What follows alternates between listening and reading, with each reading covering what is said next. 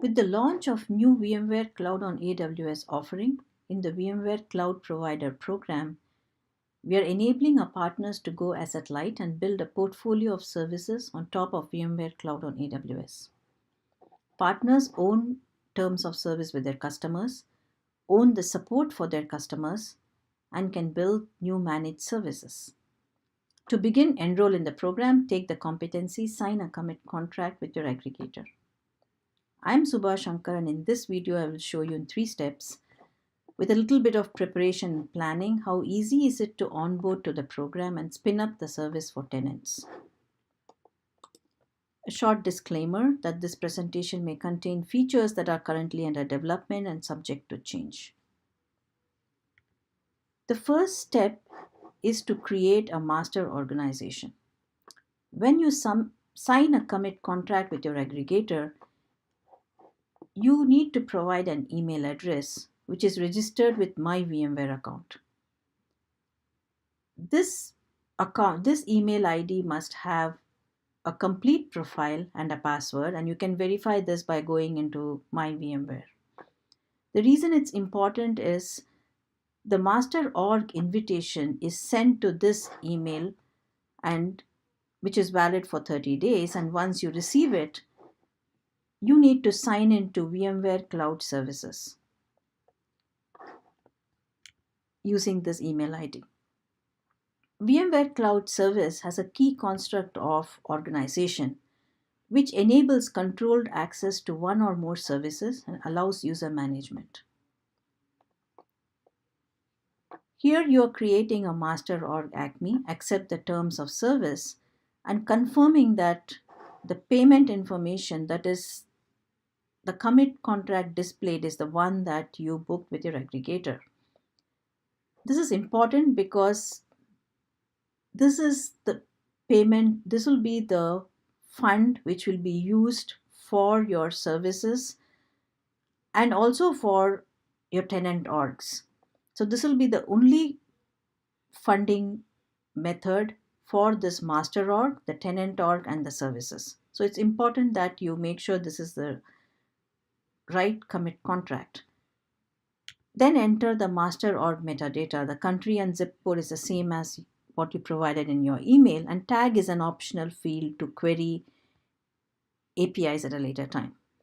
Once you hit create, you have a master org ACME being created, and you're logged into the home landing page, which displays all the SaaS offerings in VMware Cloud Services at any time.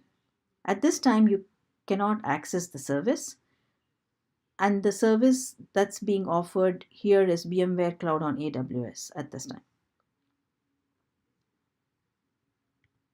Now the next step is to create tenant orgs using service invitation.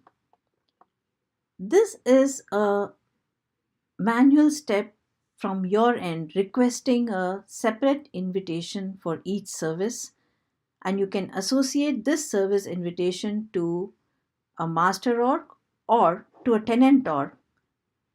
But if you need 3 tenant orgs with each of them having a VMware Cloud on AWS, you need 3 service invitation. So one service invitation for Coca-Cola onboarding to Coca-Cola, one for Pepsi, and one for Bank of America. Once you request the service invitation, it will be received in the email you provided. And after logging into VMware Cloud Services, you can attach this service to the tenant org.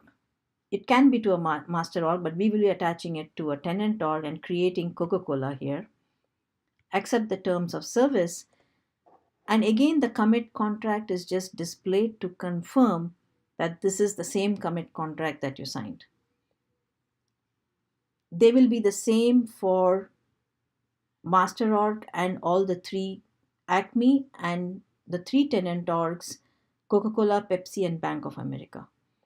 Now provide the tenant org metadata, country and zip code. This is basically your tenant information, and tag is again an optional field to query the API.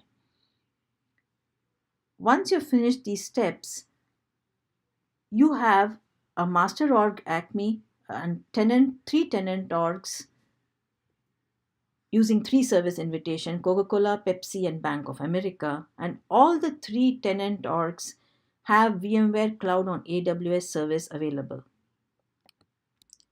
This is a fully managed model, meaning the VMware Cloud Services console that you are accessing till now is not available for the end customer.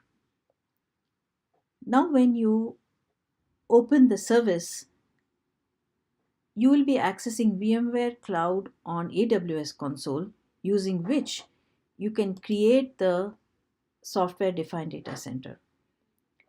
You need to provide the end customer AWS account, and which is something you should gather before. Select the region, the name for your SDDC, number of hosts, VPC, and a subnet that you need to connect to. Optionally, a range of IP addresses using CIDR block. Using this, you can deploy SDDC. Here I've already deployed the SDDC, and it takes from half hour to 2 hours to deploy. At this time, the vCenter server is not accessible and you cannot share this with your end customer. However, you need to go and set up network configurations. The first step would be to create a firewall rule, which I've already created, and then get the connection information for the vSphere vCenter server. These are the credentials that you need to share with your end customer. And the end customer can log into vCenter server and use the compute resources to create VMs. You need to spin up the SDDCs for Coca-Cola logging in from Tenant or Coca-Cola, and similarly for Pepsi using the Tenant or Pepsi. Now you can create as many SDDCs in the tenant org, and they will all be accessible for your tenants, and the vCenter server credentials are the one that you will share with your end customers.